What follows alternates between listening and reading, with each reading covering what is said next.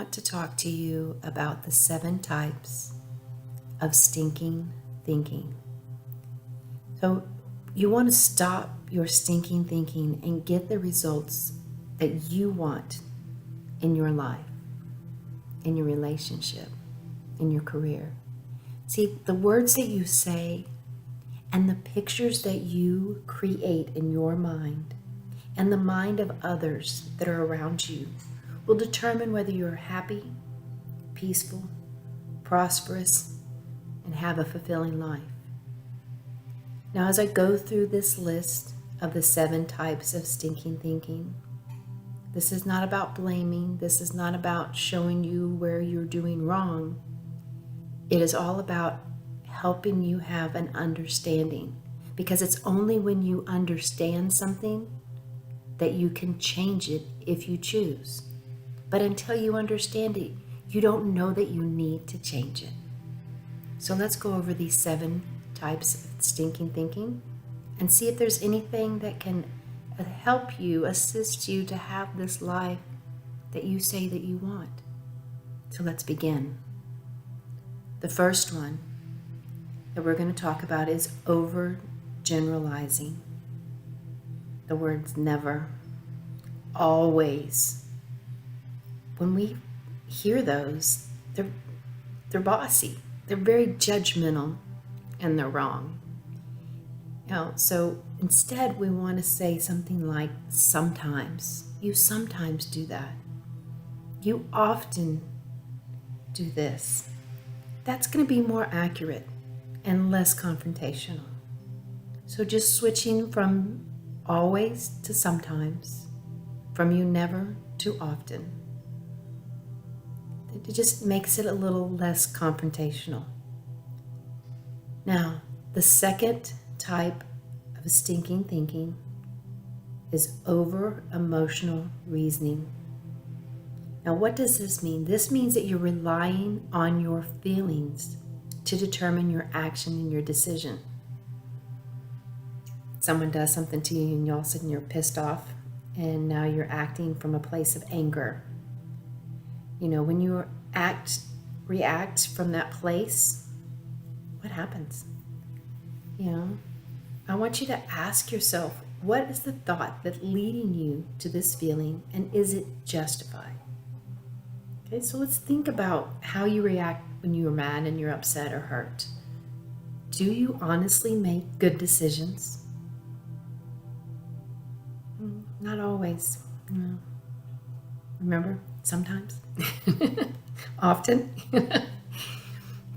So when you're in that anger state, that hurt state, and we make these decisions that aren't best for our life, we need to take a step back. Because now I want you to think about, how do you react when you're calm, peaceful, coming out of a place of love? How different does that look? Now, which one, honestly think about it, which one is going to give you the results that you truly say you want? Again, this is not a blame. This is not me pointing fingers. This is giving you awareness. Okay? Now we're going to go on to the third one. The third one is making demands. We use words like you must do this, you should do this, you ought to. Those are demanding words. Instead, let's use words like wish, prefer, want. These reflect your feelings and your desires. That the key thing I like to ask my clients to think about when they are about to make a decision is, what do they want and how do they want to feel? Those 2 questions should be in the front of your mind when you are having a confrontation. What do you want out of this situation? What is the end result that you truly want? And how do you want to feel? So when you start speaking your feelings, I want this, That helps the person understand that you are not out to make a demand on them of what you demand they do. You're letting them know of deep down inside, this is a need that you would like to have fulfilled. This is something that you would like, you would prefer, you would wish would happen. That gives them the opportunity to fulfill that wish, to give you your wants and desires. But when you start saying you must, you should, you ought to, then you're demanding. They put up a resistance. I know I do. The minute someone comes to me and tells me what I need to start doing and how I should do it, my wall goes up. But when they come to me with I wish, I prefer, I would want, that gives me information of their desires. And then I can choose to fulfill them or not. But I no longer just automatically put that wall up without even considering what they ask. All right, I'm going to scroll down here. Yes, I am reading off of my computer. All right, number 4. That one is going to be the fortune telling, the catastrophe, the doom and gloom, predicting the negative future. You cannot predict the future. You cannot predict the way anything is going to happen around you. The only thing that you can predict is how you react. You can only predict the way you react in the future. That's it. That's it. If the worst did happen, how can you react in a constructive way instead of a destructive way? I'm not telling you that if the worst thing happens that you've got to keep it all together. No, but you can have an understanding of you can't change the situation, but you can either allow it to completely destroy you, or you can allow it to build you up and make you stronger. That's all it is. It's truly understanding that the only thing you have control of is how you react to a situation. It's hard, but it's a conscious decision that only you can make. Nobody else can make it for you. All right, here's one. This one, mind reader. How many is, honest, I'm a hypnotherapist and I'm not a mind reader. Are you a mind reader? No. So why do we think and act like we are mind readers? Like we assume what other people are thinking about us, how they purposely are doing certain things to us. That's what we're thinking. Instead, what we need to do is we need to ask the person if they are thinking about what you think they're thinking about. If they truly believe that, let me give you a situation. If your boss calls you in and says you didn't do a good job on this project, did you take it personally that you're not doing a good job at all, or just on that particular project? Are you thinking that your boss has it in for you? And, you start going over all of your argument of what you're going to tell him and why you did this.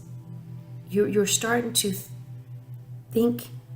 create a scenario of what you think they are thinking. Most of the time, you don't even know what you're thinking. You're just on autopilot. So how in the world can you think what other people are thinking? How can you know what they're thinking? You can't. So that one should be kind of easy, of asking yourself, really? I don't even know what they're thinking. Let's ask them. Let's get some clarity on this. That's the only way you can. It's one of the steps that I teach in my anti-bullying program, is when you think somebody is bullying you, when you think somebody is treating you in a way that you don't particularly like, and you, in your mind, you go through the scenario of why they're doing it, just ask them. Are you trying to hurt my feelings? If they they say yeah, that gives you information. If they say no, then ask for clarification. That's it. So stop trying to be the mind reader and get clarification on what the person is truly thinking.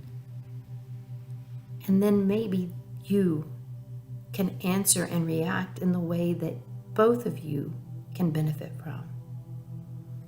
All right, number 6, noticing and remembering only the negative.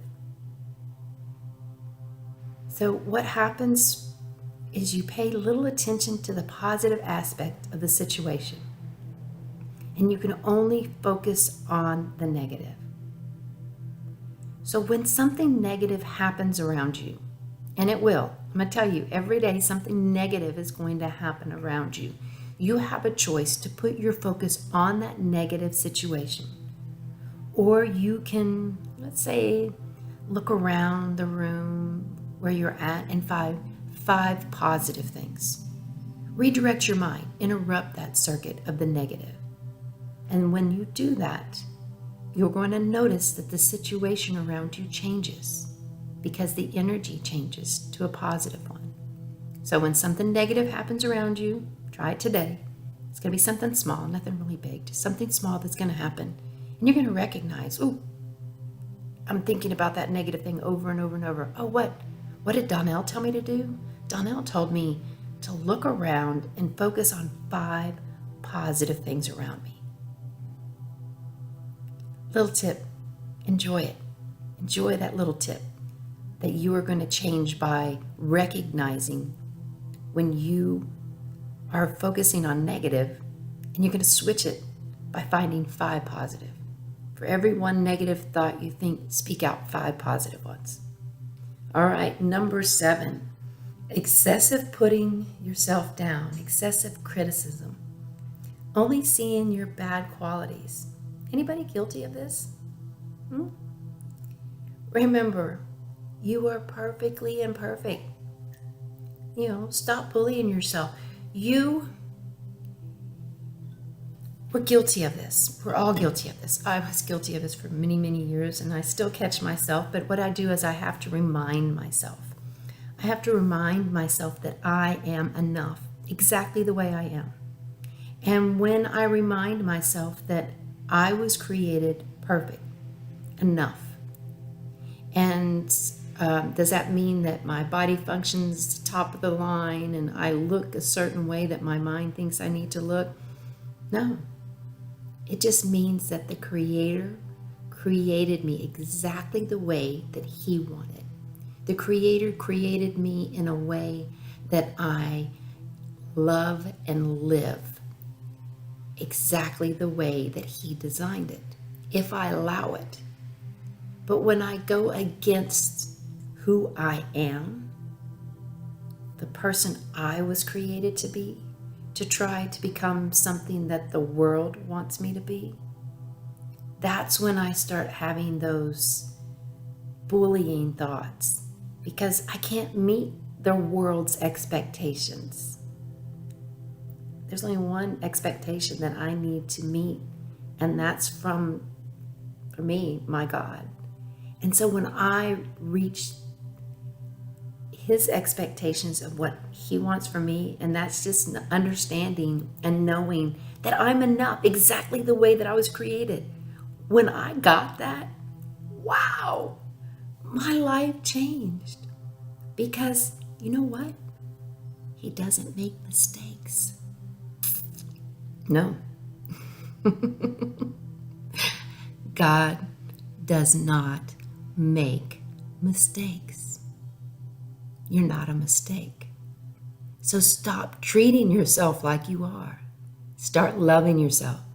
Say, I am enough. Always have been, always will be. Well, thank you for going over the 7 stinking thinkings and how to change it. I'll talk to you soon. Bye.